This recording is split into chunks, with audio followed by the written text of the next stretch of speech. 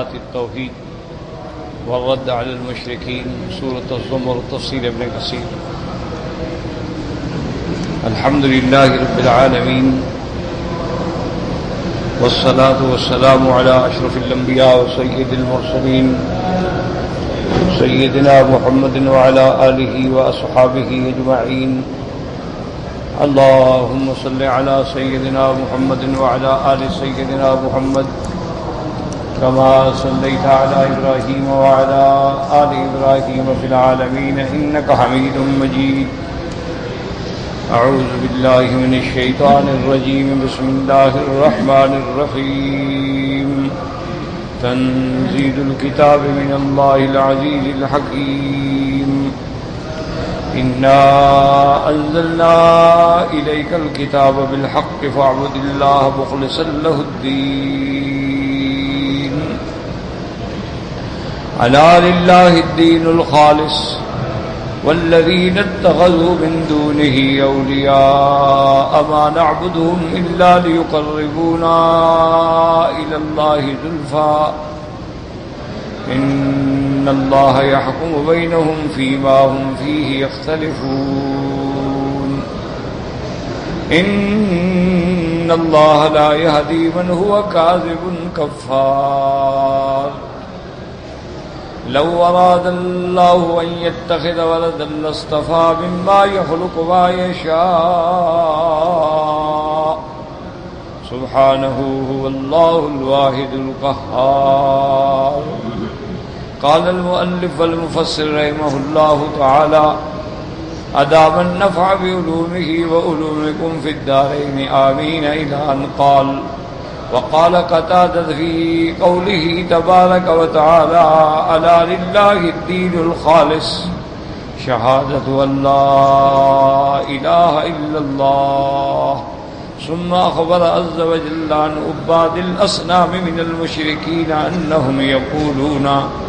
حضرت قتادہ رحمت اللہ علیہ اللہ کے قرآن کی اس آیت کے بارے میں فرماتے ہیں کہ الا للہ الدین الخالص کا معنی کیا ہے کہ انسان خالصتاً شہادت دے کہ اللہ الہ الا اللہ، کوئی معبود برحق نہیں مگر اللہ تبارک و تعالی. یہی مطلوب ہے، یہی مقصود ہے، یہی باعث فلاح دارین ہے. اور اس کے بعد پھر اللہ خبر دیتے ہیں ان عباد الاصنام کے جو لوگ بتوں کی پوجا کرتے تھے مشرکین میں سے، انہم یقولون کہ وہ مشرکین کیا کہتے ہیں کہ ہم یہ عبادت کیوں کرتے ہیں بتوں کی. ما نعبدہم الا لیقربونا الی اللہ زلفا أي إنما يحملهم على عبادتهم لهم أنهم عمدوا إلى أصنام اتخذوها على صور الملائكة المقربين في زعمهم فعبدوا تلك الصور تنزيلا لذلك منزلة عبادتهم الملائكة ليشفعوا لهم عند الله تعالى في نصرهم ورزقهم وما ينوبهم من أمور الدنيا. فَأَمَّا الْمَعَادُ فَكَانُوا جَاهِدِينَ لَهُ كَافِرِينَ بِهِ. اب مشرکین کو اس بات پہ آمادہ کرنے والی کیا چیز تھی کہ وہ بتوں کی عبادت کیوں کرتے تھے؟ انہوں نے دراصل بت جو ہیں ملائکہ کی شکل پر بنائے تھے. وہ ملائکہ جو مقربین ہیں اللہ تبارک و تعالی نے جن کو مقام بخشا ہے.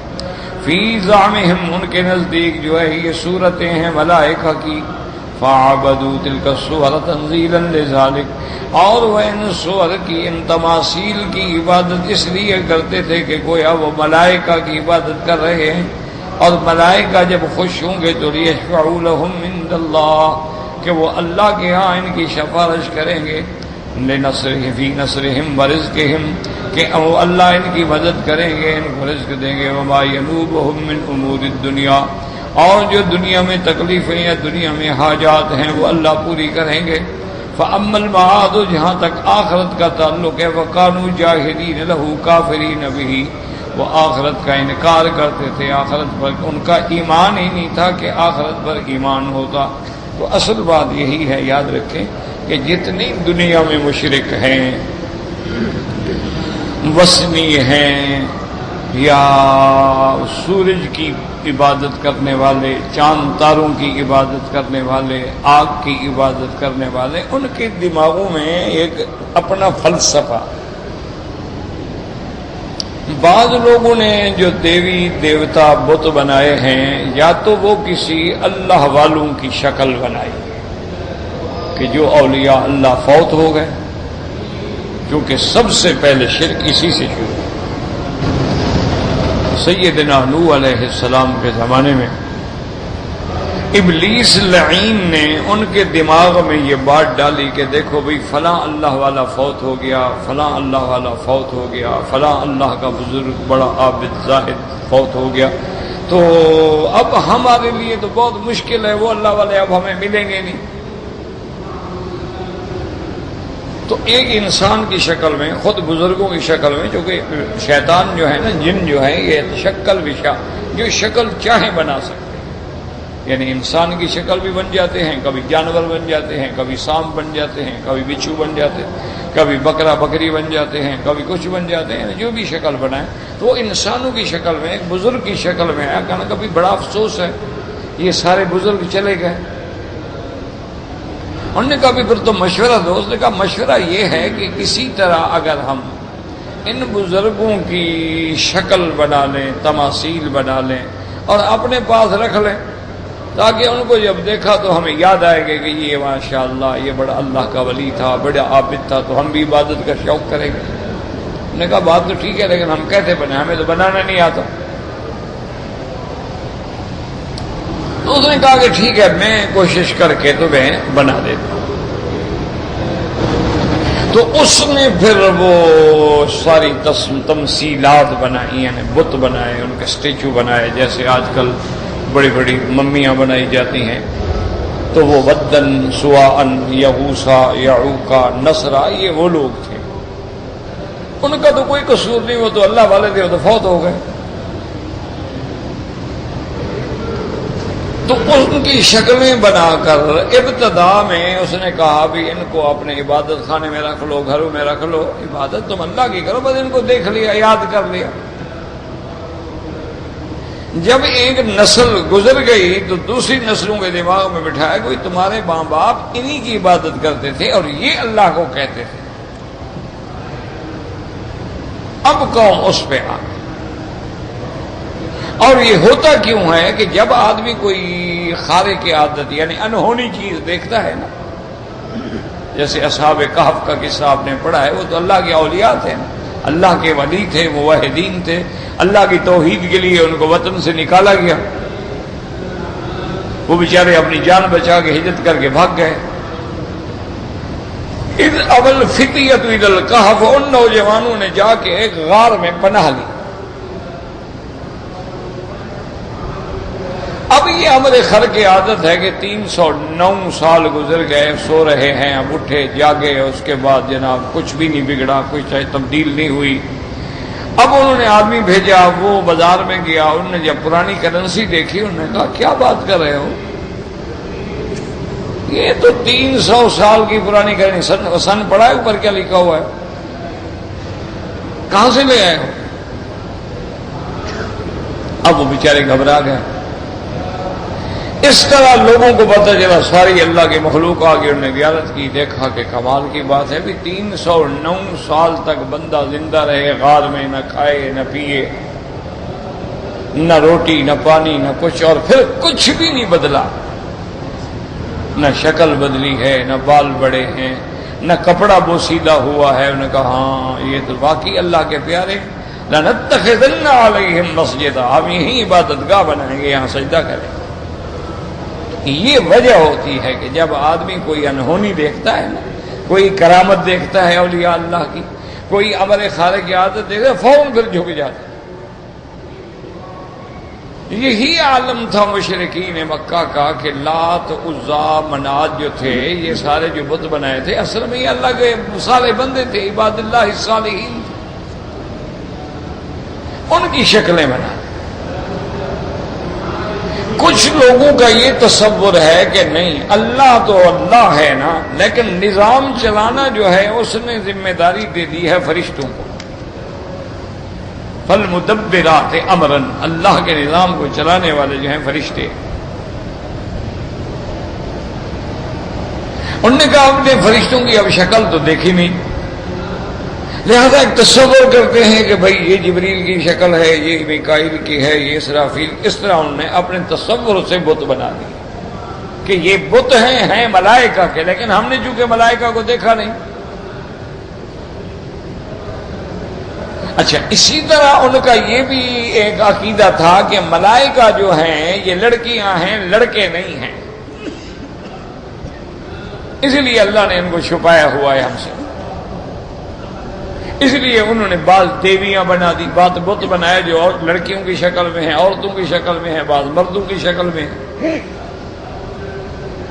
پھر انہوں نے کہا کہ دیکھو جی بعض فرشتے جو ہیں انہوں نے تو کسی بستی پہ عذاب بھی اتارا ہے، انہوں نے ڈراؤنی شکل بنا دی، یہ تو جناب قہر کا دیکھتا ہے. اچھا، کسی جگہ مہربانی بھی ہوئی، نے کہا ہاں دیکھو نا یہ مہر کی بیوی ہے، اس سے یہ مہربانی کرتی ہے. اور یہ دیوتا جب ناراض ہو جاتا ہے نا تو قہر آ جاتا ہے، عذاب آ جاتا ہے. یہ ایک تصور ہے، تخیل. نہ ملائکہ کو کبھی دیکھا، نہ ملائکہ کو دیکھ سکتے ہیں، لیکن عقیدہ یہ بنا دیا. اسی طرح آپ دیکھیں کہ بعض لوگ جو ہیں وہ سورج کی عبادت کرتے ہیں. جب سورج نکلتا ہے نا وہ سامنے کھڑے ہو جاتے ہیں، سورج سر پہ آتا ہے کھڑے ہو جاتے ہیں، سورج ڈوبنے لگتا ہے کھڑے ہو جاتے ہیں. کیوں؟ وہ کہتے ہیں کہ دیکھو جی سارا نظام تو اسی سورج پہ ہے، ٹھیک ہے اس کو اللہ نے پیدا کیا، لیکن اب اللہ نے ان ستاروں کو، ان نجوم کو، شمس و قمر کو سارا معاملہ سپرد کر دیا ہے. اب جو بھی دنیا میں معاملہ ہوتا ہے وہ سارا ستاروں کے ہاتھ میں ہے. اس لیے وہ دیکھتے ہیں کہ جی فلاں ستارہ فلاں گھڑی میں ساتھ ہے، ادھر ہو تو نحس ہے، ادھر ہو تو رحمت ہوگی، ادھر ہو تو عذاب آئے گا، ادھر ہو تو بارش آئے گی، ادھر ہو تو پھر آندھیاں چلیں گی، کیونکہ سارا نظام تو ان کے ہاتھ میں ہے. وہ تاروں کے، ستاروں کے اور چاند تاروں کے اور سورج کے پجاری بن گئے. ان کے تخیلات یہ ہیں کہ بھائی یہ تمام نظام عالم جو چل رہا ہے نا یہ فلکیات کے، اسی لیے بڑے بڑے علماء نے کتابیں لکھی ہیں فلکیات پہ اور مسئلہ نجوم پہ. اور آج تک یہ علم چلا رہا ہے کہ وہ آپ سے پوچھیں گے آپ کے باپ کا نام کیا ہے، آپ کا نام کیا ہے، والدہ کا نام کیا ہے، تاریخ پیدائش کیا، پھر ہاں دیکھیں آپ کا ستارہ یہ ہے، آپ کا ستارہ جو ہے جی وہ شمس ہے، آپ کا ستارہ جو ہے مشتری ہے، مریخ ہے، زحل ہے، عطارد ہے. اچھا، اس ستارے کی یہ صفتیں ہیں، جس بندے کا یہ ستارہ ہوتا ہے نا وہ اس طرح ہوتا ہے، جس کا یہ ستارہ ہوتا ہے وہ اس طرح ہوتا ہے. تو ان کے یہ سارے فلکیات و نجوم، اب وہ اللہ کو بھول گئے. انہوں نے کہا اللہ ہے لیکن اس نے بنا کے سب کچھ اب ان کو دے دیا ہے. اسی لیے میرے محبوب نے بڑی وضاحت فرمائی. ایک دفعہ مدینہ منورہ میں بارش اب آئی تو حضور نے فرمایا کہ آج کچھ لوگ ہیں جو کافر ہو گئے اور کچھ لوگ ہیں جو پکے مومن بن گئے. صحابہ نے پوچھا حضرت ہمیں سمجھ نہیں ہے، بارش تو سب کے لیے ہے. آپ نے فرمایا بعض لوگوں کا عقیدہ یہ ہے کہ مطرنا بنوع کذا و کذا، یہ بارش اس لیے ہوئی ہے کہ فلاں ستارہ فلاں برج میں ہے. وہ تو کافر ہو گئے. اور جو مسلمان ہیں انہوں نے کہا نہیں نہیں، مطرنا بفضل اللہ، یہ بارش اللہ کے فضل سے ہوئی ہے. دیکھو نا اگر غور کریں، چلو بھی تارے سے ہوئی تو تارے کو کس نے بنایا ہے؟ اللہ نے. سیدھی بات کرو، پھر کہانیوں کیوں پکڑتے ہو بھائی؟ تاروں کے بنانے والا بھی تو آپ مانتے ہیں نا کہ خدا ہے، سیدھی بات کرو کہ خدا نے بارش دی ہے. تو اس لیے یہ سارے تخیلات ہمیشہ یاد رکھو کہ باطل مذہب جتنے ہیں نا دنیا میں، چاہے وہ کفار ہیں، مشرکین ہیں یا گمراہ فرقے ہیں، ان کے پاس دلائل نہیں ہوتے، قرآن حدیث نہیں ہوتا، ان کے تخیلات ہوتے ہیں، ان کے توہمات ہوتے ہیں اور خود انہوں نے بنائی ہوئی ہوتی ہیں کہانیاں. اب دیکھیں نا مثلا آپ سندھ میں جائیں، وہاں بزرگ گزرے ہیں، بڑے بڑے بزرگ گزرے، حضرت عمر نو گزرے ہیں، شاہ عبد اللطیف بھٹائی گزرے ہیں، اسی طرح عبداللہ غازی گزرے ہیں، اسی طرح اپنا شہباز کلندر گزرے ہیں، بڑے بڑے بزرگ گزرے ہیں۔ سندھ تو باب الاسلام تھا نا، یعنی اسلام کا گویا ایک دروازہ تھا، یہاں سے اسلام داخل ہوا، یہاں سے ہندو مسلمان ہوئے، اسی لیے اس کو تاریخ میں باب الاسلام کہا جاتا ہے۔ محمد بن قاسم جب آیا، راجہ داہر کو شکست ہوئی، ہندو جوگ در جوگ مسلمان ہو۔ اچھا اب دیکھیں کہ بعض ہندو رہے، مسلمان نہیں ہوئے، لیکن محمد بن قاسم کو دیوتا بنا دیا۔ انہوں نے کہا نہیں، یہ بندہ ہے تھوڑا ہے، یہ تو دیوتا ہے، آسمان سے اترا ہے، نہ گناہ کرتا ہے، نہ زنا کرتا ہے، نہ لڑکیوں کی طرف دیکھتا ہے، نہ کوئی حرام کھاتا ہے، یہ تو بھائی یہ تو دیوتا ہے، آسمان سے اترا۔ انہوں نے اس کی پوجا شروع کر دی۔ تو یہ مشکلات ہیں جس میں آ کے امتیں گمراہ ہو جاتی ہیں۔ کسی اللہ والے کی کوئی کرامت دیکھی، کسی بزرگ نے دعا کی، بندہ کیا حضرت میری اولاد نہیں، انہوں نے کہا دعا کرو بھائی، اللہ نے اولاد دے دی۔ انہوں نے کہا جی مجھے تو دیا ہی پیر نے ہے بابا، مجھے اللہ نے تو دیا نہیں، اللہ سے پہلے میں 10 سال مانگتا رہا، اللہ نے تو دیا نہیں، مجھے تو پیر نے دیا، اس لیے اس کا نام ہی پیر پہ رکھو، پیر بخش۔ اس نے کہا جناب میری اولاد نہیں ہوتی تھی، میں زواری پہ گیا، حضرت حسین کے مزار پہ جا کے میں نے دعا کی، تو مجھے تو بیٹا حسین نے دیا ہے، اس لیے اس کا نام ہی حسین بخش۔ کسی کو کوئی راستے میں بھیک مانگنے والا کشکول اٹھایا، فقیر مل گیا، اچھا وہ فقیر بھی بڑے نفسیات کے ماہر ہوتے ہیں، وہ اندازہ لگا دیتے ہیں کہ بھی یہ نوجوان لڑکی ہے، معلوم ہے اس کی شادی نہیں ہو رہی ہے۔ انہوں نے کہا اچھا اللہ تمہیں بڑا اچھا نصیب کرے گا، اللہ تیرا مستقبل روشن کرے گا، اللہ تمہیں حسب تمنا رشتہ دے گا، اللہ تمہیں پھولو گی۔ اچھا رشتہ ہو گیا، اولاد۔ انہوں نے کہا ہاں ہمیں تو سب کچھ فقیر نے دیا ہے۔ اس طرح لوگ گمراہ ہو، پھر اولادوں کے نام بھی فقیر بخش ہو گیا۔ کسی نے کہا جی مجھے حضرت عبدالقادر جیلانی نے بیٹا دیا ہے، نام غوث بخش ہو گیا۔ کسی نے کہا جی مجھے تو حضرت داتا نے دیا ہے، انہوں نے حضرت داتا سے نسبت جوڑ دی۔ کسی نے کہا جی نہیں میں تو پاک پٹن گیا تھا، بس حضرت کی مدار پہ مانگا تب مجھے یہ ملا ہے، اس سے پہلے تو مجھے ملا ہی نہیں۔ تو یہ دراصل باتیں ہیں کہ لوگ جب اولیاء کی کرامات کو دیکھتے ہیں، اسی طرح انبیاء کے جب معجزات کو دیکھتے ہیں تو بعض وہاں بھی گمراہ ہو جاتے ہیں، کہتے ہیں ہاں نہیں دیکھو نا، اب ہر آدمی کا تو باپ ہے، عیسیٰ علیہ السلام بغیر باپ کے پیدا ہوئے ہیں، تو معلوم یہ ہوتا ہے یہ اللہ کا بیٹا ہے۔ ایک نئی چیز دیکھی نا، وہ گمراہ ہو گئے۔ انہوں نے کہا دیکھو جی آخر بی بی مریم کو بچہ ہوتا ہے اور کوئی شادی نہیں، نکاح نہیں، خاوند نہیں، کچھ نہیں، تو یہ لازماً پھر عیسیٰ اللہ کا بیٹا ہے۔ اچھا جب آدمی گمراہ ہوتا ہے نا پھر اس پیغمبر کی بھی نہیں مانتا۔ جب آدمی گمراہ ہو جاتا ہے نا پھر اللہ کے ولی کی بات بھی نہیں مانے گا، وہی اللہ کا ولی کہے گا بابا میں نے تمہیں کہاں بیٹا دیا، اللہ نے بیٹا دیا، میں نے تو دعا مانگی تھی، اللہ نہ سنتا اس کی مرضی، نہ حضرت مجھے تو آپ سے ملا ہے، اس کی بھی نہیں مانے گا۔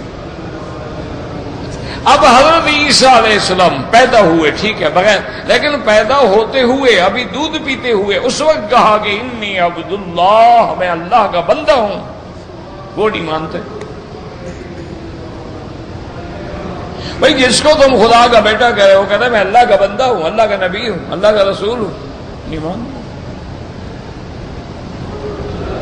تو اس لیے ہمیشہ یاد رکھیں کہ یہ ہے سبب گمراہیوں کا، کہ آدمی جب گمراہ ہوتا ہے نا اس کے دماغ میں یہ ہوتا ہے کہ دیکھو جی ہم مانتے ہیں سب کچھ خدا کے ہاتھ میں ہے، لیکن اب اللہ کو نہ ہم دیکھ سکتے ہیں، نہ مل سکتے ہیں، نہ بات کر سکتے ہیں، تو لازمی بات ہے کسی اور کے پاس جائیں گے تو یہ پھر ہماری عرضی لکھ کے آگے پہنچائیں گے نا، ہم تو دیکھ نہیں سکتے، بات کر نہیں سکتے، کدھر جائیں؟ اس طرح یہ شرک میں مبتلا ہو، اس طرح یہ پھر گمراہیوں میں مبتلا ہو۔ اور جن کے دل میں ایمان ہوتا ہے، ان کا یقین ہوتا ہے کہ اگر اللہ نے اولاد دی ہے، وہ کہتے ہیں جی الحمدللہ مجھے اللہ نے اولاد دی، اللہ نے لے لی، وہ کہتے ہیں جی انا للہ و انا الیہ راجعون، اللہ کی نعمت تھی، اللہ کی امانت تھی، لے لی۔ وہ پھر عقیدے میں تزلزل نہیں آتا۔ فتح ہو گئی بدر میں، انہوں نے کہا اللہ نے فتح، احد میں شکست ہو گئی، انہوں نے کہا یہ بھی امتحان ہے اللہ کی طرف سے ہے۔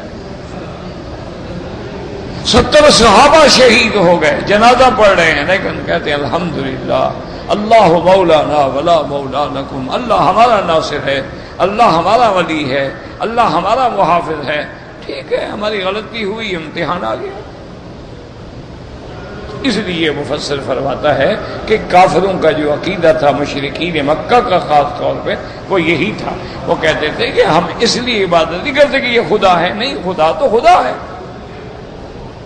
یہ ہمارے اور خدا کے درمیان میں وسیلہ ہیں، واسطہ ہیں، سیڑھی ہیں، سفارشی ہیں۔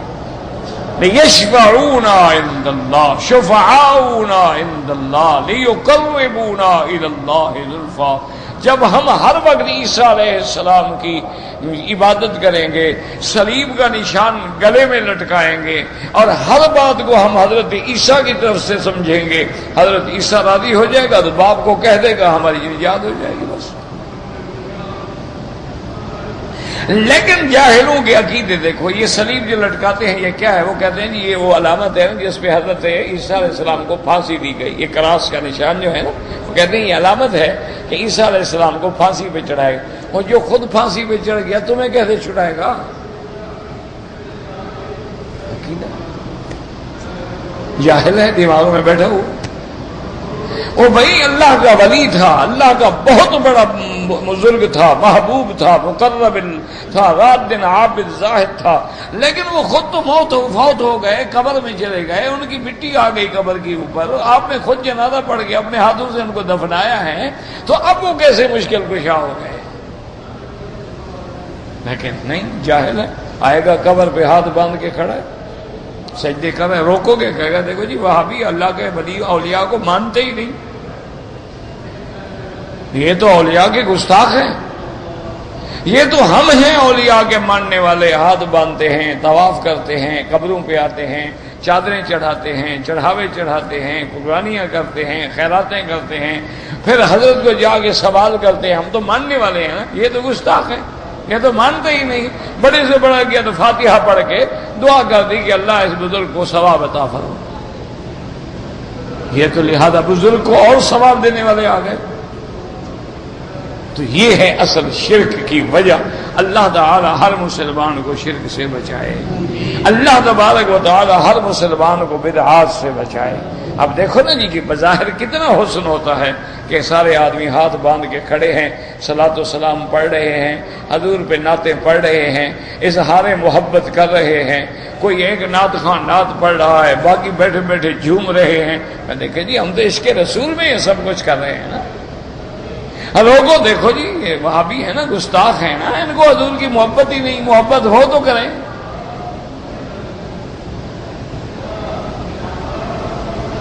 اور یہ نہیں سمجھتے کہ اللہ کے بندو محبت نام ہے اتباع رسول کا، محبت نام ہے اطاعت رسول کا، کہ ان کنتم تحبون اللہ فاتبعونی، اگر تم اللہ کے محبوب بننا چاہتے ہو میری اتباع کرو۔ اتباع کا کیا معنی؟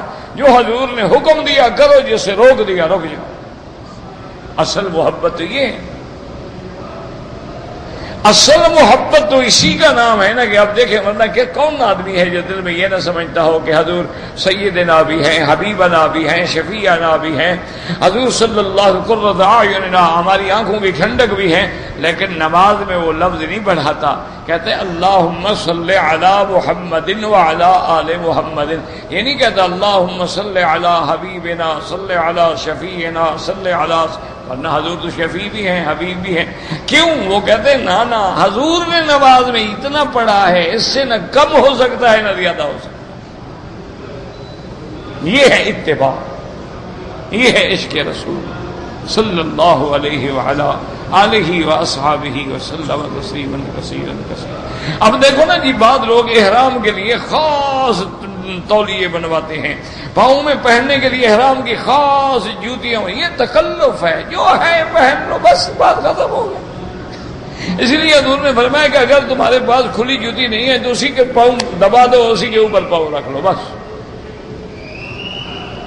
کیوں؟ اللہ تبارک و تعالیٰ تمہاری صورتوں کو نہیں دیکھتے، تمہارے یہاں تمہاری نیتوں کو دیکھتے ہیں کہ نیت خالص ہے، یہ بندہ میرے لیے آیا ہے۔ تب چادر بھی ایک ہے، دوسری احرام کی چادر بھی نہیں غریب کے پاس، اللہ تعالیٰ اس کی عبادت کو منظور و مقبول فرماتے ہیں۔ اس لیے ہمیشہ سمجھیں، اس لیے حضرت قتادہ نے فرمایا کہ ان بدبختوں کو یہ دماغ میں یہ بات بیٹھ گئی تھی کہ لیشفعوا لهم عند اللہ، اللہ کے پاس ہمارے سفارشی ہیں، فی نصرہم ورزقہم، ہماری مدد کی ضرورت ہوگی تو یہ سفارش کر کے اللہ سے مدد دلائیں گے، رزق دلائیں گے، جو بھی تکلیف پیش آئے گی۔ یہاں تک آخرت کی بات ہے تو آخرت پر تو ان کا ایمان ہی نہیں تھا۔ قال قتادہ والسدی ومالک عن زید بن اسلم بن زید الا لیقربونا الی اللہ زلفا، کیا مانا؟ اے لیشفعوا لنا، سفارش کریں گے، ویقربونا عنده منزلۃ، اور اللہ کے ہاں ہمارا تقرب، ہمارا رتبہ بڑھا دیں گے، ہمیں اللہ تبارک و تعالیٰ کا مقرب بنا دیں گے، محبوب بنا دیں گے۔ ولہذا کانوا یقولون فی تلبیتہم اذا حجوا فی جاہلیتہم، اسی لیے زمانہ کفر میں، زمانہ جاہلیت میں مشرکین جب حج پڑھنے کے لیے جاتے تھے، یاد رکھو حج مکے کے کافر بھی پڑھتے تھے، مشرکین بھی پڑھتے تھے، قربانیاں بھی کرتے تھے، مینا بھی جاتے تھے، مزدلفہ بھی جاتے تھے، عرفات بھی جاتے تھے، طواف بھی کرتے تھے، صفا مروہ بھی دوڑتے تھے، لیکن جب نیت کیا تھی، تلبیہ کیا تھا کہ لبیک اللہم لبیک، لبیک لا شریک لک الا شریکا هو لک تملکہ وما ملک، میرا اللہ تیرا کوئی شریک نہیں مگر وہ جو تیرے ہیں، جن کو تو نے مختار مالک بنا دیا ہے۔ اچھا ان کا بھی تو مالک ہے، لیکن تو نے ان کو چونکہ اپنا شریک بنا دیا ہے، لہذا ان کو بھی ساتھ ملا دیتے تھے۔ اسی لیے ایک دفعہ حدیث میں آتا ہے کہ میرے آقا رحمت دو عالم صلی اللہ علیہ وسلم نے دیکھا مشرکین مکہ کا ٹولی جو ہے حج پہ جا رہی ہے اور تلبیہ پڑھیں لبیک اللہم لبیک لبیک لا شریک لک لبیک، اس نے فرمایا محما بس یہیں ٹھہر جاؤ، یہی تو میں کہنے سمجھانے کے لیے آئے۔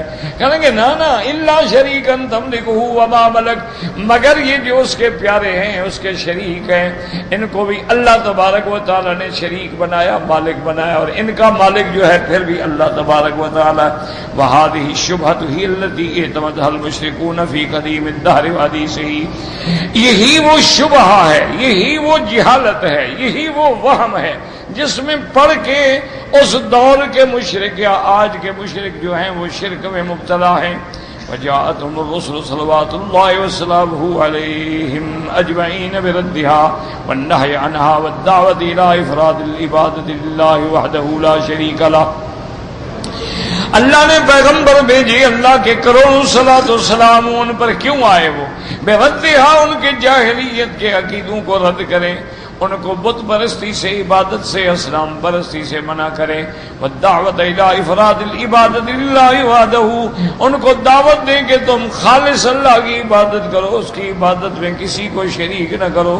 وأن هذا شيء اخترعه المشركون من عند أنفسهم لم يأذن الله فيه ولا رضي به، یہ جو کچھ تم نے بت بنائے ہیں، اللہ کے کعبے میں رکھے ہیں، صفا پہ رکھے ہیں، مروہ پہ رکھے ہیں، مطاف میں رکھے ہیں، یہ وہ چیزیں ہیں، یہ وہ دیوی دیوتا ہیں جن کو تم نے اپنی طرف سے خود گھڑ کے بنایا ہے، نہ اللہ نے حکم دیا ہے، نہ اللہ ان کی عبادت پہ راضی ہوتی ہیں، بل ابغضہ، اللہ تبارک و تعالیٰ اس سے بغض فرماتے ہیں، ونہا عنہ، ایسے منع فرمایا ہے انہوں نے کہ بالکل یہ چیزیں نہ کرو، جیسے قرآن میں آتا ہے وَلَقَدْ بَعَثْنَا فِي كُلِّ أُمَّةٍ رَسُولًا وَلَقَدْ بَعَثْنَا فِي كُلِّ أُمَّةٍ رَسُولًا أَنِ اعْبُدُوا اللَّهَ وَاجْتَنِبُوا الطَّاغُوتَ، اللہ نے فرمایا کہ ہم نے ہر قوم میں اپنا پیغمبر بھیجا کہ جو ان کو جا کے دعوت دے کے اس بات کی ان اعبدوا اللہ، اللہ کی عبادت کرو،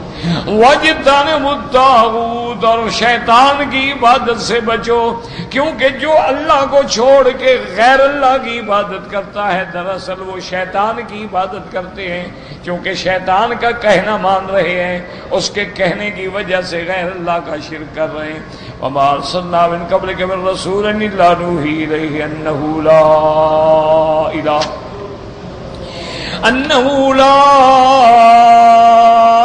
الا انا فاعبدون۔ اللہ فرماتے ہیں میرے مدنی محمد مصطفیٰ، وما ارسلنا من قبلک من رسول، آپ سے پہلے ہم نے کوئی رسول نہیں بھیجا، کوئی پیغمبر نہیں بھیجا، مگر اس کے بعد ہم نے یہی وحی بھیجی کہ وہ لوگوں کو دعوت دے، کیا کہ انہ لا الہ، کوئی معبود برحق نہیں مگر اللہ، فاعبدون، اسی کی عبادت کرو۔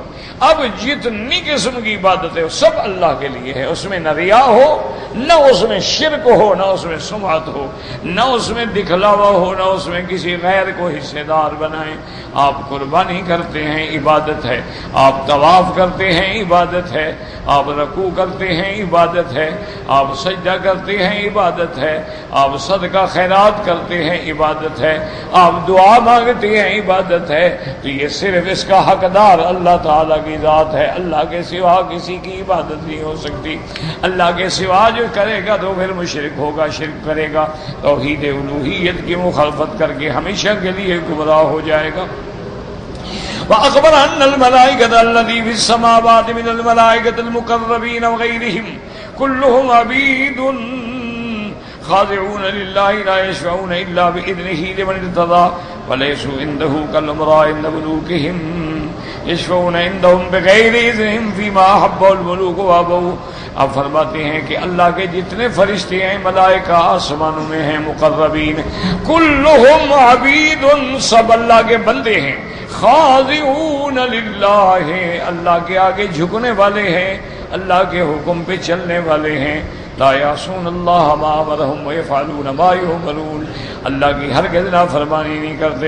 لا یشفعون الا باذنہ، وہ تو کسی کی سفارش بھی نہیں کر سکتے جب تک کہ اللہ تبارک و تعالیٰ کا اذن نہ ملے۔ ان کا مقام یہ نہیں ہے کہ جیسے دنیا کے بادشاہوں کے بعد وزیر ہوتے ہیں، مشیر ہوتے ہیں، وہ چاہتے ہیں تو سفارش کر دیتے ہیں، نانا وہاں تو کوئی بول بھی نہیں سکتا۔ اس لیے اللہ فرماتے ہیں یوم یقوم الروح والملائکۃ صفا، وہ دن یاد کریں میرا مدنی جب قیامت ہوگی، جب جبریل بھی ملائکہ بھی صف میں کھڑے ہوں گے، لا یتکلمون الا من اذن له الرحمن، وہ تو بات بھی نہیں کر سکیں گے مگر اس کے لیے جس کے لیے اللہ اجازت عطا فرمائیں گے، رحمان اذن عطا فرمائیں گے۔ اور یہ بھی ضروری ہے کہ وہ جو بات کریں وہ صحیح ہو، وقال صواب، غلط بات بھی نہیں کر سکتے، غلط شفاعت بھی نہیں کر سکتے، غلط سفارش بھی نہیں، اللہ کے اذن کے بغیر بھی نہیں کر سکتے اور غلط بھی نہیں کر سکتے۔ فلا تضربوا للہ الامثال تعالی اللہ عن ذلک علوا کبیرا، اللہ فرماتے ہیں بدبختو اللہ کے ساتھ مثالیں نہ بنایا کرو کہ جیسے بادشاہوں کے وزیر ہوتے ہیں، مشیر ہوتے ہیں، درباری ہوتے ہیں، وسیلے ہوتے ہیں، واسطے، اسی طرح خدا بھی تو بادشاہ ہے، اس کو سفارش کے لیے بھی ضروری بات ہے کہ درمیان میں کوئی ذریعہ ہو۔ اللہ نے فرمایا خبردار میں تو ہر مثال سے پاک، لیس کمثلہ شیء وہو السمیع البصیر، میں سب کی سننے والا اور سب کے قریب، نحن اقرب الیہ من حبل الورید، اور جب مجھے بندہ پکارتا ہے، چاہے وہ بندہ عابد ہے، عالم ہے، علامہ ہے، چاہے بندہ گناہگار ہے، فاسق ہے، فاجر ہے، جب پکارتا ہے تو اللہ اس کی پکار بھی سنتے ہیں۔ شرط یہ ہے کہ دل سے پکارا جائے، شرط یہ ہے کہ پکارنے والے کا یقین ہو کہ میرا خدا ہے، میرا مالک ہے، میرا سننے والا۔ وَقَوْلُهُ عَزَّ وَجَلَّ إِنَّ اللَّهَ يَحْكُمُ بَيْنَهُمْ فِيمَا هُمْ فِيهِ يَخْتَلِفُونَ، اللہ قیامت والے دن فیصلہ کر دیں گے. سیفصل بین الخلائق یوم بعدہم ویجزی کل عامل بعملہ. قیامت والے دن اللہ فیصلہ کر کے مومنین ایک طرف ہوں گے, اصحاب الیمین ایک طرف ہوں گے, اصحاب الشمال ایک طرف ہوں گے. مومنین کو جنت کے ٹھکانے ملیں گے اور کافروں کو جہنم کی سزا ملے گی. اللہ فیصلہ کر دیں گے اس دن. سیفصل بین الخلائق یوم بعدہم, قیامت کے دن فیصلہ ہوگا. ویجزی کل عامل بعملہ, ہر عامل کو اس کے عمل کے مطابق بدلہ ملے گا.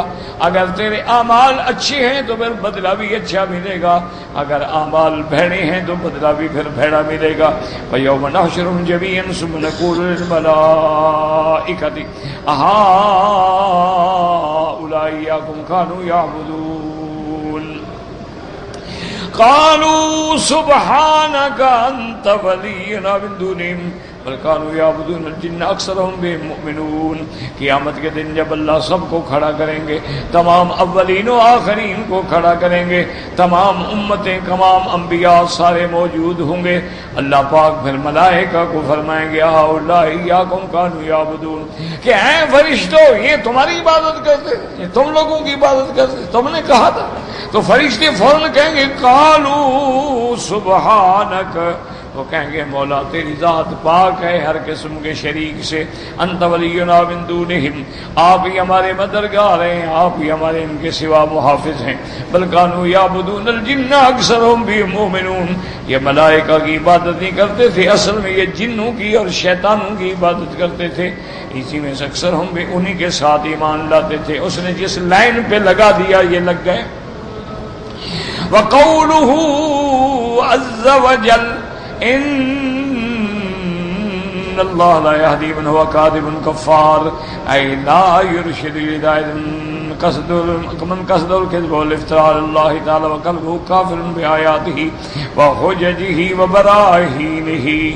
اللہ فرماتے ہیں کہ ان اللہ لا يهدي, کیا معنی, یعنی اللہ اس کو ہدایت ہی نہیں کرتے جو ہدایت چاہتا نہیں, جس کا مقصد ہی جھوٹ ہے, جس کا مقصد ہی اللہ پہ افطرا ہے, اور جو دل سے اللہ کی آیات حجج نشانیوں کا منکر ہے, پھر اللہ کو ہدایت, اللہ ہدایت تو اس کو دیں گے جو ہدایت چاہتا ہو, ہدایت مانگتا ہو. آپ اگر مریض ہیں, علاج کرانے نہیں چاہتے, پھر آپ کا کون علاج کرے گا؟ آپ چاہتے ہی نہیں ہیں تو پھر کیا کریں؟ اسی لیے سب سے پہلے ڈاکٹر کہتا ہے نا کہ مریض سے کہ بھی آپ ہمارے ساتھ تعاون کریں گے, ہماری بات پہ چلیں گے, ہمارے کہنے پہ چلیں گے, ہم جو ہدایات دیں گے اس پہ ہو عمل کریں گے, تب فائدہ ہوگا.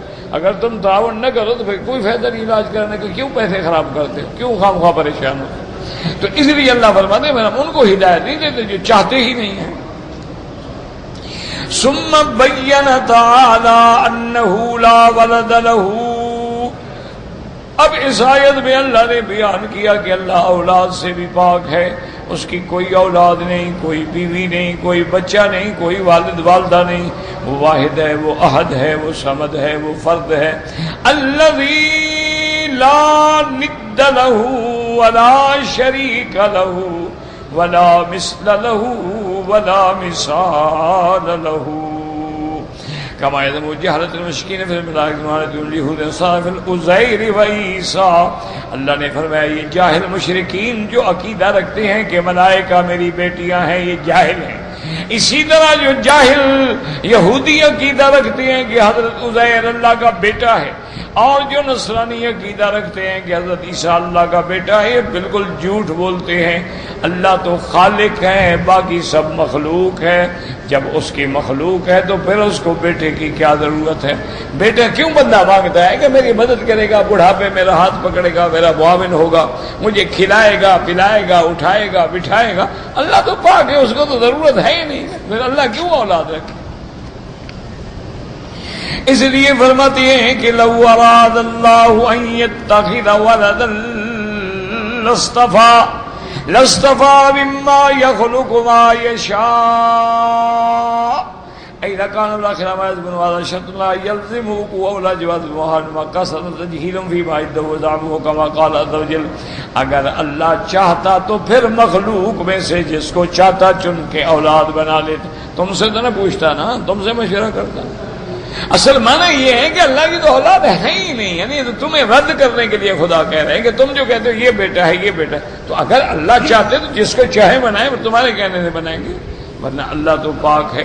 جیسے فرمایا لو اردنا ان نتخذ لهوا لاتخذناه من لدنا ان كنا فاعلين، اگر ہم چاہیں، یعنی اللہ نہیں چاہتے۔ قل ان كان للرحمن ولد فانا اول العابدین۔ علی ھذا من باب شرط جو تاریخ شرط مستحیل، یعنی شرط ہے، اور شرط جو ہے وہ مستحیل پر ڈالی گئی، یعنی اگر خدا کا بیٹا ہوتا، اگر اولاد ہوتی تو پھر سب سے پہلے تو میں مانتا نا، سب سے پہلے تو میں اللہ کے بیٹے کی، معنی یہ ہے کہ جب میں نہیں مانتا تو اس کی کوئی اولاد ہے ہی نہیں، اس لیے یہ ایک شرط ہے سمجھانے کے لیے، ورنہ تو اللہ اولاد سے پاک ہے۔ وقوله تبارک و تعالی سبحانہ هو اللہ سبحانہ هو اللہ الواحد القہار، اے تعالی وتنزہ وتقدس ان یکون له ولد، اللہ تعالیٰ پاک ہیں، بری ہیں اس سے کہ اس کی کوئی اولاد ہو۔ فإنہ الواحد الأحد الفرد الصمد، وہ واحد ہے، وہ احد ہے، وہ فرد ہے، وہ صمد ہے۔ الذی کل شیء عبد لدیہ فقیر الیہ، ہر چیز اس کی عبد ہے، ہر چیز اس کے آگے محتاج ہے۔ وہو الغنی عما سواہ، اور وہ غنی ہے، اس کو کسی کی ضرورت نہیں، اور سارا خلق اس کا محتاج ہے۔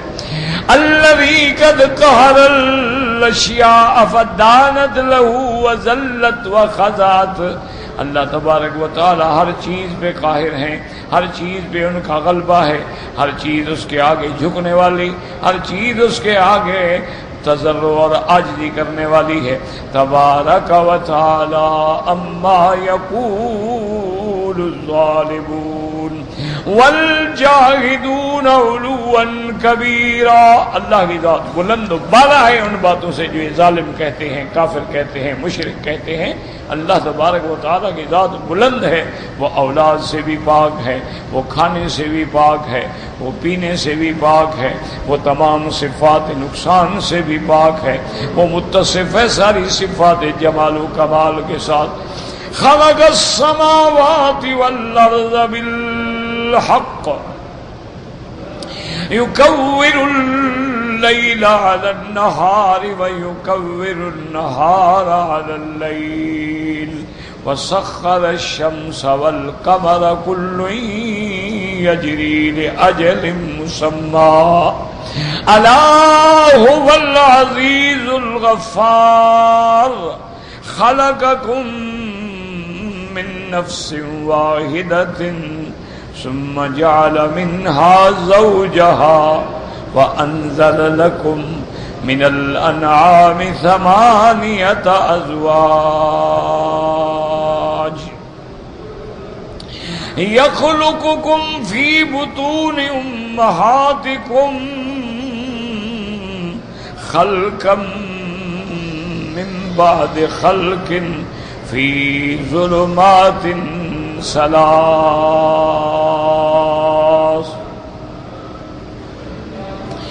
ذالکم اللہ ربکم لہ الملک لا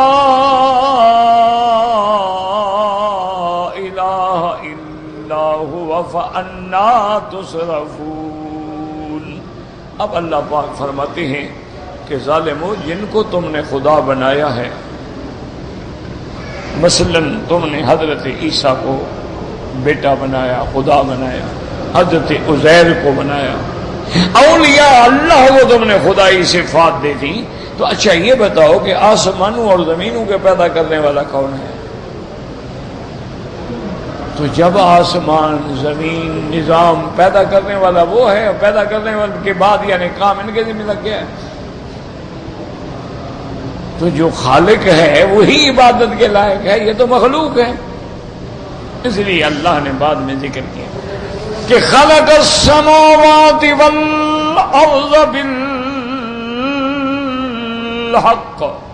اللہ تبارک و تعالیٰ نے آسمانوں اور زمینوں کو بنایا ٹھیک ٹھیک، ہر چیز اپنے اندازے پہ ہے. مجال ہے کوئی چیز غلط ہو جائے. دیکھیں نا، آپ ایک دروازہ بناتے ہیں، اگر تھوڑا سا 1 سینٹی میٹر کا فرق آ جائے تو کبھی اس کے اندر آ کے بیٹھے گا نہیں. آپ قمیض بناتے ہیں، بٹن اگر ذرا سا نیچے اوپر ہو جائے تو کبھی بٹن بند نہیں ہوگا. تو اللہ نے ٹھیک ٹھیک اندازے کے مطابق ہر چیز بنائی ہے. یکور اللیل علی النہار ویکور النہار علی اللیل وسخر الشمس والقمر کل یجری لأجل مسمى الا هو العزیز الغفار. اب یہ دو باتیں سمجھیں. اللہ فرماتے ہیں یکور اللیل علی النہار. یکور تکویر، تکویر مانا لپیٹنا. یاد رکھ، جیسے آدمی پگڑی لپیٹ رہے، یہ بھی تکویر ہے. تو اللہ دن کو، رات کو دن پہ لپیٹ دیتے ہیں. یہ ہماری سمجھانے کے لیے، یعنی جیسے ہم کسی چیز کو لپیٹتے ہیں وہ چھپ جائے گی. ہم نے سر کو ٹوپی سے لپیٹ دیا تو اب سر ٹوپی میں چھپ گیا. تو اللہ رات کو دن پہ لپیٹ دیتے ہیں، دن چھپ گیا، رات ہو گئی. پھر دن کو رات پہ لپیٹ دیتی ہیں، رات چھپ گئی، دن ظاہر ہو. تو یہ ہمیں سمجھانے کے لیے ہے. یاد رکھو کہ ورنہ یہ معنی نہیں ہوتا کہ باقی کپڑا لے کے اللہ لپیٹ دیتے ہیں اس کو، یہ معنی نہیں ہوتا. یہ ہمیں سمجھانے کے لیے ہے کہ جب وہ جاتے چاہتے ہیں تو رات کو دن پہ اوپر ڈال دیتے ہیں، پھر دن چھپ جاتا ہے. اور جب چاہتے ہیں دن کو غالب کر دیتے ہیں، پھر رات جو ہے اس میں چھپ جاتی ہے. تو یہ ضروری نہیں ہوتا کہ اس کو باقاعدہ لپیٹا جائے اور باقاعدہ وہاں ان کو کوئی کپڑے میں چھپایا جاتا ہے. یہ بات نہیں ہوتی. کل یجری لأجل مسمى سخر الشمس والقمر. اللہ نے شمس و قمر کو مسخر کر دیا. کیا معنی مسخر کا معنی یہ نہیں ہوتا ہے کہ اللہ ہمارے تابع کر دے، ہم سورج معنی مسخر کا یہ ہوتا ہے کہ ان کو اللہ نے ہماری خدمت میں، ہماری ڈیوٹی میں لگا دیا کہ دن ہوگا ہم کام کریں گے، رات ہوگی ہم آرام کریں گے. تو گویا ہماری ڈیوٹی کر رہے ہیں. اسی لیے جب بندے نہیں رہیں گے تو چاند سورج بھی تو اللہ ختم کر دیں گے. جب دنیا سے مخلوق اللہ کی ختم ہو جائے گی تو اب چاند بھی ختم، سورج بھی ختم، آسمان بھی ختم. کیوں؟ بھئی جن کے لیے تھا وہ تو ہے نہیں، اب کیا ضرورت ہے. اذا السماء انشقت وأذنت لربها وحقت. تو اس لیے یاد رکھیں کہ اللہ نے مسخر کر دیا. مسخر کا معنی یہ نہیں ہوتا مثلا اللہ نے ایک جانور کو مسخر کر دی، اس پہ تو ہم سوار ہو جاتے ہیں. تو ہر جگہ تسخیر کا معنی یہ نہیں ہوتا کہ کل ہم چاند پہ سوار ہو جائیں گے یا کل ہم چاند پہ جا کے گھر بنا دیں گے. تسخیر کا معنی یہ ہے کہ اللہ نے ان کو تیرے کام میں لگا دیا ہے کہ بندوں کا فائدہ ہے دن میں، بندوں کا فائدہ ہے رات میں. اگر صرف دن ہو پھر بھی پریشانی ہے، صرف رات ہو پھر بھی پریشانی. آپ دیکھیں نا کہ بعض ملک ایسے ہیں جہاں 6 مہینے کا دن ہے، 6 مہینے کی رات ہے. وہ بڑے عجیب بیچاروں کے نظام ہوتے ہیں. پھر وہ خود بناتے ہیں کہ اتنے گھنٹے گزر گئے گویا دن گزر گیا، اتنے گھنٹے گزر گیا گویا رات. وہ تو ایک ہی چیز کھڑی ہوئی ہے. پھر تقدیر کرتے ہیں، اندازے لگاتے ہیں کہ نمازیں پڑھنی ہیں، معاملہ کرنا ہے، نوکری کرنی ہے 8 گھنٹے، کیسے کریں 8 گھنٹے. پھر وہ خود گھڑی کے ساتھ حساب کر کے بنا دیتے ہیں کیلنڈر کہ بھئی اب اس وقت ہم نے اٹھنا ہے، اس وقت ہم نے ڈیوٹی پہ جانا ہے، اس وقت دفاتر کھلیں گے، اس وقت بند ہوں گے، اس وقت پھر ظہر کا وقت ہوگا، اس وقت پھر عصر کا ہوگا، پھر مغرب کا وقت ہوگا، اس کے بعد جو ہے پھر عشاء کا وقت. ورنہ وہ تو سورج نکل ہی نہیں رہا تو کیسے پڑھیں؟ سورج تو ڈوب ہی نہیں رہا. اچھا وہ کیسے روزہ افطار کیسے کریں؟ سورج تو نکل نہیں رہا نہ سورج ڈوب رہا ہے، ان کو تو نظر نہیں آ رہا. تو اس کے لیے یاد رکھیں کہ 2 طریقے ہیں.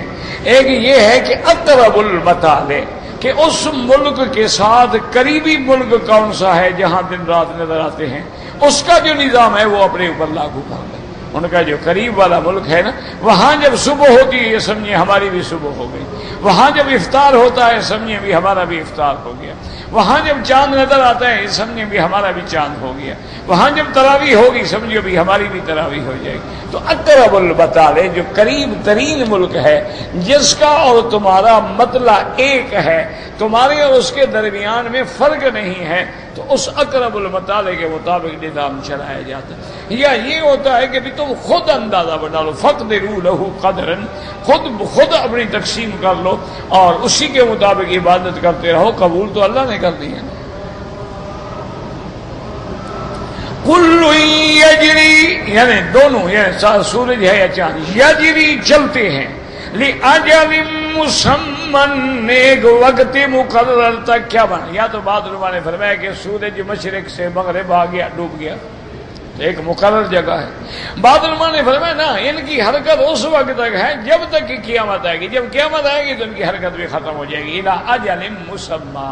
بس اب جو جھگڑا ہے نا دنیا میں کہ بھئی زمین چلتی ہے یا چاند اور سورج چلتے ہیں. اچھا، موجودہ سائنس یہ کہتی ہے کہ زمین چل رہی ہے، اور جب زمین چل رہی ہے وہ کہتے ہیں ہمیں نظر یہ آتا ہے کہ سورج چاند چل رہے ہیں، حالانکہ سورج چاند نہیں چلتے ہیں. جیسے آپ ٹرین میں بیٹھے ہوتے ہیں نا، ٹرین چل رہی ہے لیکن آپ کو معلوم ہوتا ہے کہ درخت بھی بھاگ رہے ہیں، حالانکہ درخت تو نہیں بھاگ رہے. آپ ٹرین کے ڈبے سے دیکھیں نا، معلوم ہوگا وہ درخت بھاگ رہے ہیں، گھر بھاگ رہے ہیں، پلیٹ فارم بھاگ، وہ تو اپنی جگہ پڑا ہوا ہے، بھاگ تھوڑا رہا، بھاگ تو ٹرین رہی ہے. تو وہ کہتے ہیں دراصل یہ حرکت زمین کی ہے. تو اصل بات یہ ہے کہ اللہ کے جو قرآن میں ہے اتنا ایمان لانا فرض ہے کہ سورج چاند حرکت کرتا ہے. بس اب وہ زمین کی حرکت سے حرکت کرتا ہے یا خود حرکت کرتا ہے، معنی یہ ہے کہ حرکت وہ کرتا ہے. بس اتنا ایمان ہونا ہمارا فرض ہے جو اللہ ہمیں قرآن میں سمجھاتا ہے. باقی اس کی حرکت خود ہے، اس کی حرکت زمین کی وجہ سے کسی طرح ہو لیکن حرکت موجود ہے. اس لیے فرمایا سخر الشمس والقمر کل یجری لاجل مسمى الا هو العزیز الغفار. خبردار، وہی عزت والا ہے، عظمت والا اور گناہ بخشنے والا ہے. اللہ ہمارے گناہ بھی معاف فرما دے.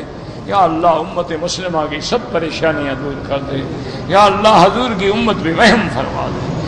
پورے عالم میں اس وقت مسلمان ایک عذاب کی زندگی میں گزر رہا. اس قسم کا دور کبھی نہیں آیا.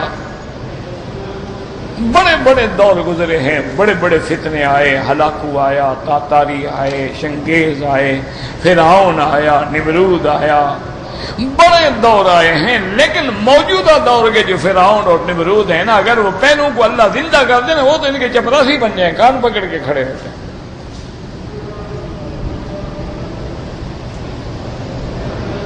دیکھو جی، وہ لوگ مثلاً وہ لڑتے آئے، لاکھوں قتل کر ڈالے. یا تو ایک چھوٹی سی چیز پھینکو اور لاکھوں مر گئے. یہ تو یعنی ان زمانے کے تمام ظالم، متمرد اور سرکش جو تھے ان کو اکٹھا کرو تو ان کے تو ایک کے برابر بھی نہیں بن سکتا.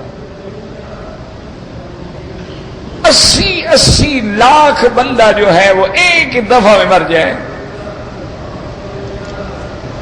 اور اس کے اثرات بد جو ہیں وہ 50 سال کے بعد بھی موجود ہوں. ایک چھوٹی سی گیس چھوڑیں، بندے ختم. ایک ایسی چیز بھیجیں کہ جی اب دیکھیں جی آپ کے فصلات ہیں، آپ کی چیزیں ہیں. اب کبھی زندگی میں آپ نے یہ کیڑے نہیں سنے تھے، یہ آپ نے بیماریاں نہیں سنی تھیں، یہ آپ نے جناب اس کے اندر جو مسائل پیدا ہوتے ہیں کبھی آپ نے نہیں سنے. وجہ کیا ہے کہ دشمن اتنا ظالم ہے کہ دوا کے ذریعے، کھاد کے ذریعے اس کے اندر وہ مادہ ڈالتا ہے جو خود جراثیم پیدا کرتا ہے. ادھر تمہاری کھیتی کو بھی بڑھا رہا ہے، ادھر کیڑے کو بھی بڑھا رہا ہے، کھانے والے کو. اب تو یہ عالم ہو گیا ہے. تو اب ہمارے پاس ایک ہی حل ہے کہ تمام امت مسلمہ جو ہے اللہ کے دروازے پہ توبہ کرے، انفرادی طور پر بھی توبہ کرے، اجتماعی طور پر بھی توبہ کرے. اور دوسری بات یہ ہے کہ ہر وہ کام جو اللہ کو ناراض کرنے والا ہے وہ چھوڑ دے. توبہ کرنے کا معنی یہ نہیں ہوتا یا اللہ میری توبہ میری توبہ میری توبہ، ابھی اٹھ کے جائے گا گناہ کرے گا. یہ کیا توبہ ہے بھائی؟ یہ تو اللہ کے ساتھ مذاق ہو گیا نا. یہ توبہ شوبہ نہیں ہوتی. اچھا یا اللہ رحم فرما دے، رحم فرما دے. کیوں رحم فرما دے؟ پتھر پہ کبھی گندم اگی ہے؟ دیکھو نا یہ سنگ مرمر لگا ہوا پتھر لگا ہوا ہے حرم میں، اس کے اوپر گندم اگے گی کہ دعا مانگے یا اللہ صبح جب ہم اٹھے نا یہاں چاول کے کھیت ہوں تاکہ بنگالی بھائی کھانا کھا سکے، یا اللہ یہاں مچھلی بھی ہو اور چاول بھی ہو، یہاں گندم بھی ہو آٹا بھی ہو۔ تو پتھر پہ تو جناب نہیں ہوگا، ساری رات کھڑے رہو ایک ٹانگ پہ دعائیں مانگتے رہو۔ ایک آدمی بھیج دو طالب العلم کو صحرا میں چلا جائے، یہاں ریت کے ٹیلے ہیں وہاں کھڑا ہو جائے، یا اللہ ادھر سے مچھلی نکل آئے گا، مچھلی وہاں پانی سے نکلے گا جناب، ریت سے نہیں نکلے گا۔ تو تم جب توبہ کرتے ہو نافرمانی اسی طرح جاری ہے، بے حیائی اسی طرح جاری ہے، حرم کے اندر بے حیائی ہے، بے پردگی ہے، حرم کے اندر فلمیں بن رہی ہیں، حرم کے اندر چہرہ کھول کے جوان عورتیں پھر رہی ہیں اور مردوں کو دھکے دے کے گزرتی۔ توبہ کا کیا مطلب ہے بھائی؟ یہ کوئی توبہ نہیں۔ ہر ملک میں آپ دیکھیں گے بینک اور بینک اور بینک اور بینک، اور آج نتیجہ آپ نے دیکھا کہ ایک بینک کا جنازہ نکلے تو وہ لاکھوں بندوں کو تباہ برباد کر کے رکھ دیتے۔ کیوں؟ سود آخر مٹے گا، یمحق اللہ الربا، اللہ مٹائے گا۔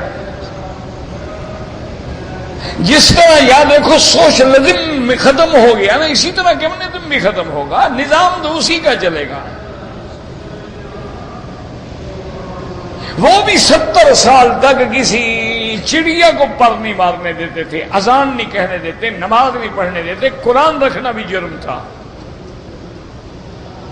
اور طاقت اتنی تھی کہ فیل مست کی طرح، جیسے ہاتھی کو شراب پلاؤ نا اور پہلے مارتا ہے، چاہے اپنوں کو مار ڈالے چاہے دوسروں کو مار ڈالے، فیل مست بنے ہوئے تھے، سرخ ریچھ بنے ہوئے تھے۔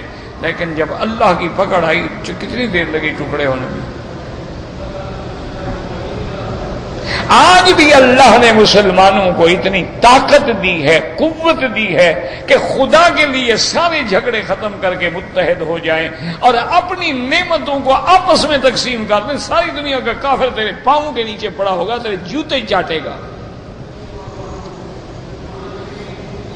صرف ایک فیصلہ کر لو کہ میرے پاس مثلا 10 روپے ہیں، میں بھائی مسلمان کے ساتھ تجارت کروں گا، کافر کے ساتھ نہیں کرتا۔ میرے پاس 2000 روپے، ٹھیک ہے جی، میں کسی مسلمان بینک میں رکھوں گا، میں کافروں کے بینک میں نہیں رکھتا۔ بس اتنی کر لو، کوئی لڑائی کی ضرورت نہیں، لڑو کیوں؟ آج کوئی لڑائی کا زمانہ ہے؟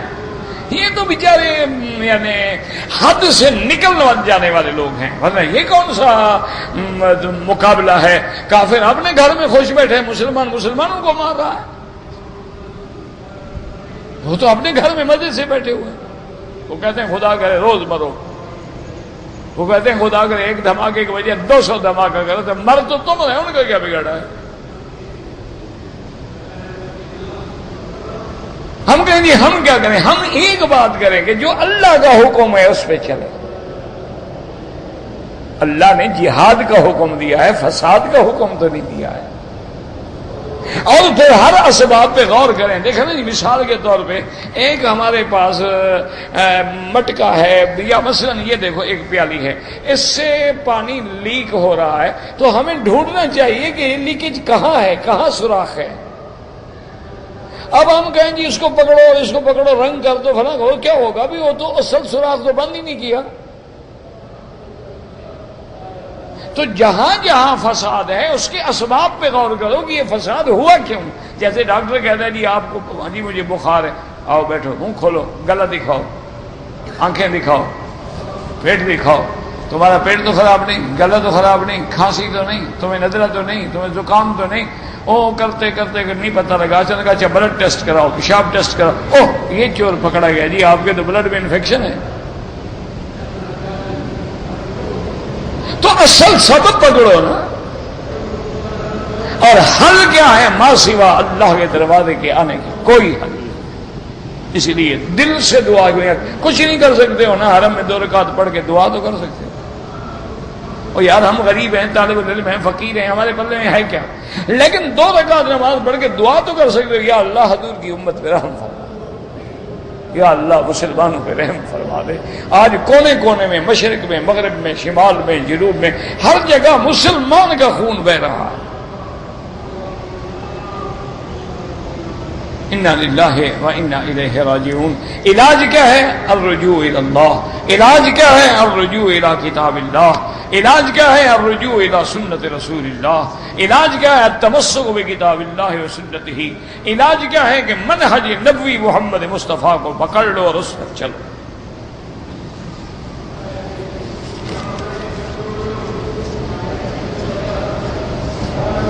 سنت مؤکدہ نہ پڑھنے سے بالکل گناہ ہوگا۔ کیوں گناہ نہیں ہوگا؟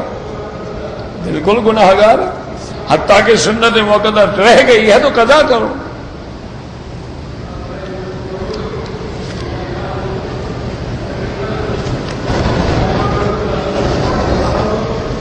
قربانی جو ہم مکے میں کریں گے اس کے پیسے کسی کو دے دیں، بالکل نہیں۔ قربانی کے بجائے قربانی ہوگی، پیسہ نہیں ہوگا۔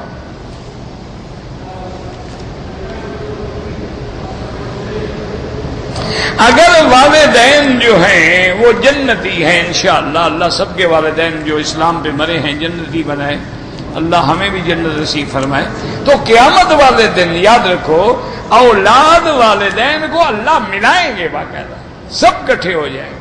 اچھا، بلکہ بعد میں ایک قرآن پاک میں یہ بھی آتا ہے کہ اللہ سے درخواست کریں گے، یا اللہ شکر ہے ہماری اولاد ہے تو جنت میں، لیکن وہ تو جناب ہیں ہم سے دور، نیچے کے درجے میں، ہم ہیں اعلیٰ درجے میں۔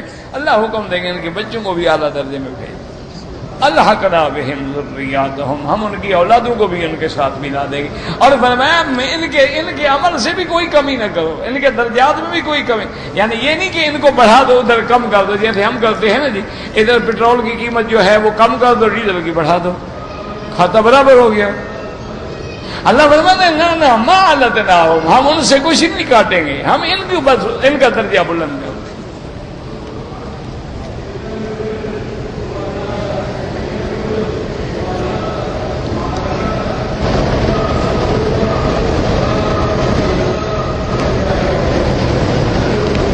اگر کمپنی کے آپ ملازم ہیں، کمپنی نے آپ کی اجازت لی ہے، اب آپ کو اگر انہوں نے چھٹی دی ہے تو پھر جو آپ کمائیں گے آپ لیں گے۔ اگر آپ نے چھٹی نہیں دی بلکہ چوری بھاگے ہوئے ہیں تو پھر گناہ گار ہیں۔